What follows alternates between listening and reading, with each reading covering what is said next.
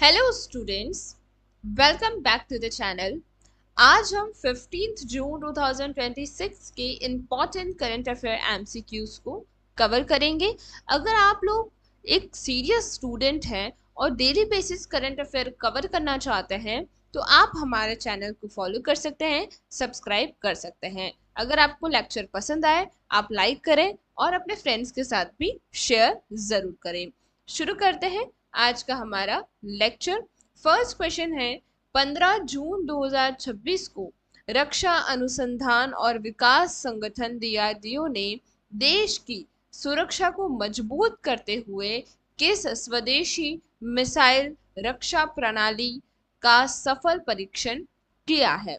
तो यहाँ आपका ऑप्शन बी करेक्ट हो जाएगा, क्योंकि बैलिस्टिक मिसाइल डिफेंस का परीक्षण उन्होंने किया है। क्या है ये देखते हैं। यह एक टू स्टेज इंटरस्पेक्टर प्रणाली है जो दुश्मन की बैलिस्टिक मिसाइल को पृथ्वी के वायुमंडल के भीतर और बाहर दोनों जगह मार गिरा सकती है। याद रखना है, वायुमंडल में भी गिरा सकती है और उसके बाहर भी ये मार गिरा सकती है। इस तकनीक के साथ भारत विश्व के उन चुनिंदा देशों जैसे अमेरिका, रूस, इजराइल की सूची में शामिल हो गया जहां जिनके पास अपनी मिसाइल शील्ड है। डीआरडीओ के बारे में देखें तो उसकी स्थापना 1958 में हुई। उसका मुख्यालय नई दिल्ली में है और वर्तमान का आधिकारिक आदर्श वाक्य जो है वो बलस्य मूलम विज्ञानम है। नेक्स्ट क्वेश्चन यहाँ पर है, भारतीय सेना ने हाल ही में अपनी औपनिवेशिक विरासत को समाप्त करने और स्वदेशी पहचान को मजबूत बनाने के लिए किस नई नीति को लागू किया है? तो उन्होंने आर्मी यूनिफॉर्म 2026 को लागू किया है। तो आपका ऑप्शन सी यहाँ पर बिल्कुल सही हो जाएगा। इस नीति का मुख्य उद्देश्य सैन्य वस्त्रों और नियमों में बचे हुए औपनिवेशिक यानी कॉलोनियल इरा तौर तरीकों और शब्दावलियों को हटाकर पूरी तरह भारतीय मूल्यों के अनुकूल बनाना है। यह कदम हमारे संविधान के भाग 4A में वर्णित मौलिक कर्तव्यों यानी फंडामेंटल ड्यूटीज के तहत राष्ट्रीय प्रतीकों और गौरव को बढ़ाने की भावना से मेल खाता है। भारतीय थल सेना का नेतृत्व सेना प्रमुख चीफ ऑफ आर्मी स्टाफ करते हैं और भारत के राष्ट्रपति तीनों सेनाओं के सर्वोच्च कमांडर होते हैं। नेक्स्ट क्वेश्चन है यहाँ पर, उच्चतम न्यायालय जिसे हम सुप्रीम कोर्ट बोलते हैं ने एक ऐतिहासिक फैसले में गृहिणियों यानी होम मेकर के घरेलू काम को स्वतंत्र आर्थिक मूल्य देते हुए कितने रुपए मासिक काल्पनिक आय तय करने का निर्देश दिया है? तो यहाँ पर उन्होंने 30,000 मासिक काल्पनिक आय तय करने का निर्देश दिया है। तो आपका ऑप्शन सी यहाँ पर बिल्कुल सही हो जाएगा। प्रावधान की बात करें, यह काल्पनिक आय यानी नेशनल इनकम मुख्य रूप से मोटर दुर्घटना दावा न्यायाधिकरण के मामले में मुआवजा तय करने के लिए आधार बनेगी, जिसे हर 3 साल में 10% बढ़ाया जाएगा। न्यायालय का तर्क अगर बात करें तो कोर्ट ने स्पष्ट किया कि गृहिणियों का श्रम देश की जीडीपी में सीधे नहीं दिखता, लेकिन यह अदृश्य आर्थिक योगदान है जिसके बिना समाज नहीं चल सकता। संवैधानिक आधार की बात करें, यह फैसला संविधान के अनुच्छेद 39 क्लॉज डी पुरुषों और महिला दोनों के लिए समान कार्य के लिए समान वेतन के नीति निर्देशक तत्वों की भावना को मजबूत करता है। नेक्स्ट क्वेश्चन है, औद्योगिक विकास और विनिर्माण क्षेत्र को बढ़ावा देने के लिए किस राज्य सरकार ने 15 जून 2026 को अपनी नई औद्योगिक नीति 2026 का अनावरण किया है? तो ये गुजरात ने किया है। तो आपका ऑप्शन बी यहाँ पर बिल्कुल सही हो जाएगा। फोकस एरिया क्या है? यह नीति मुख्य रूप से ग्रीन एनर्जी, सेमीकंडक्टर निर्माण और एयर स्पेस जैसे अत्याधुनिक उद्योगों में सस्टेनेबल निवेश पर केंद्रित है। गुजरात भारत की सबसे लंबी तटीय रेखा लगभग 16 किलोमीटर वाला राज्य है, जो इसे अंतर्राष्ट्रीय व्यापार और बंदरगाह आधारित उद्योगों के लिए सबसे अनुकूल बनाता है। संवैधानिक प्रावधान क्या है इसमें, तो संविधान की 7वीं अनुसूची के तहत उद्योग मुख्य रूप से राज्य सूची यानी स्टेट लिस्ट का विषय है, जिस पर नीतियां बनाने का अधिकार सिर्फ राज्य सरकार को है। ठीक है, अब देखो इतने सारे पॉइंट डिस्कस करने का क्या मतलब है, क्योंकि कहीं से भी क्वेश्चन पूछा जाता है, ये आप सभी जानते हैं।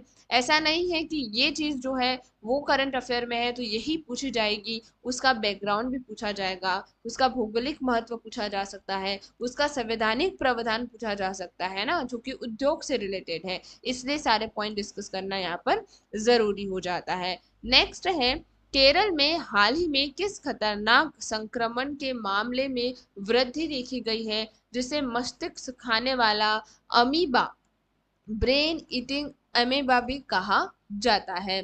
तो ये जो है आपका नेग्लेरिया फाउलरी है ना, Naegleria fowleri, I think I pronounce right. Option A आपका यहाँ पर करेक्ट हो जाएगा।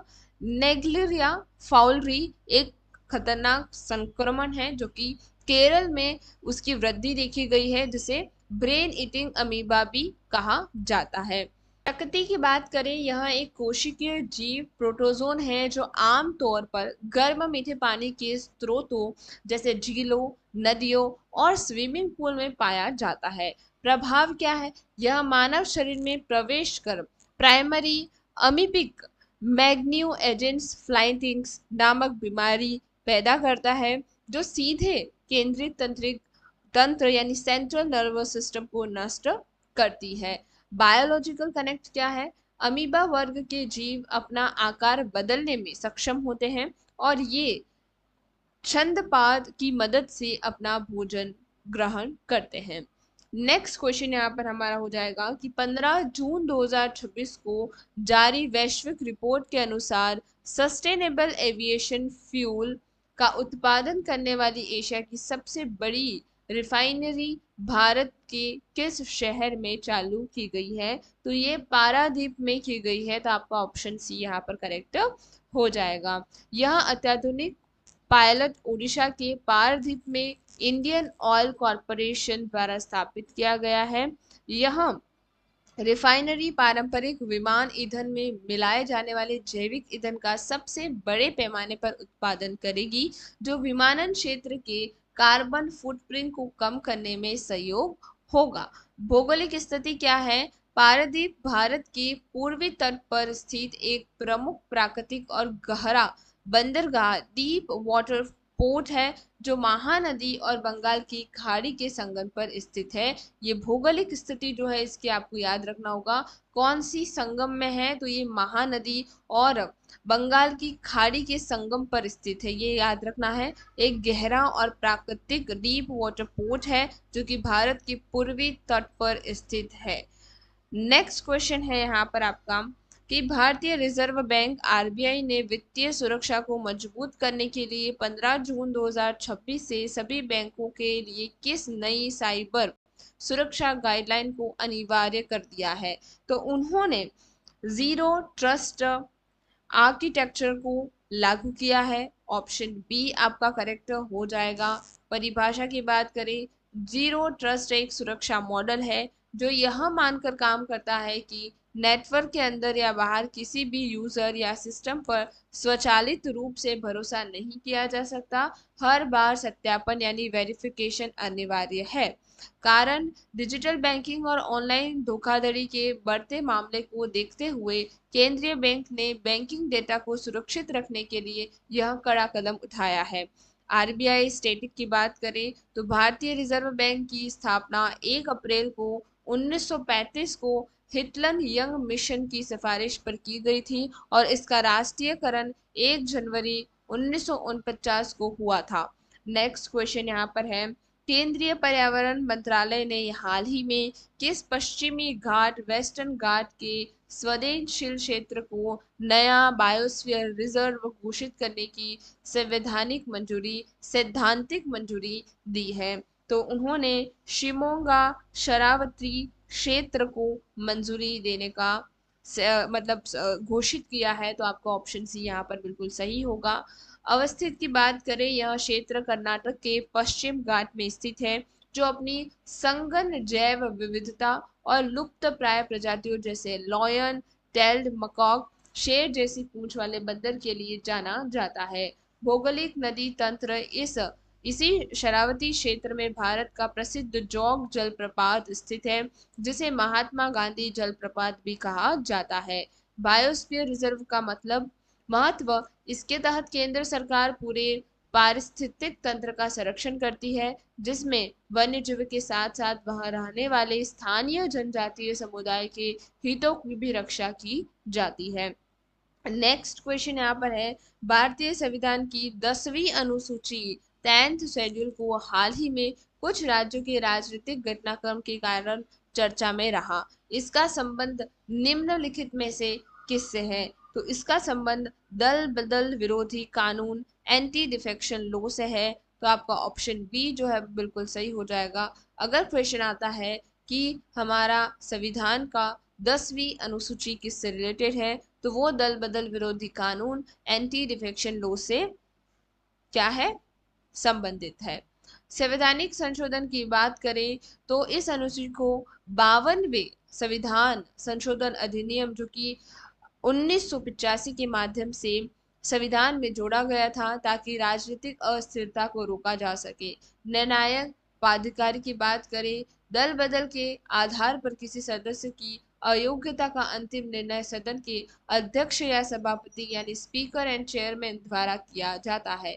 न्यायिक समीक्षा, उच्चतम न्यायालय के प्रसिद्ध कियोतो हिलोहान बनाम जाहिलू 1992 मामले के अनुसार अध्यक्ष ने इस निर्णय की न्यायिक परीक्षा जुडिशियल रिव्यू जो है वो किया जा सकता है। आखिरी क्वेश्चन आज का हमारा होगा, अंतरराष्ट्रीय खगोलीयवाद के 15 जून 2026 को हमारे सौर मंडल के बाहर एक नए एक्सप्लॉनेट की खोज की है जहां पानी के साक्ष्य मिले हैं। इसे क्या नाम दिया गया है? तो इसका नाम यहाँ पर LHS 475b दिया गया है। तो आपका ऑप्शन सी बिल्कुल करेक्ट हो जाएगा। एक्सप्लोनेट्स क्या है? हमारे सौर मंडल से बाहर स्थित वे ग्रह जो सूर्य के अलावा किसी अन्य तारे की परिक्रमा करते हैं, उन्हें एक्स प्लैनेट कहा जाता है। खोज का साधन, इस सुदूर ग्रह के वायुमंडल में जल वाष्प और कार्बन डाइऑक्साइड की उपस्थिति का पता नासा के जेम्स वेब स्पेस टेलीस्कोप द्वारा लगाया गया है।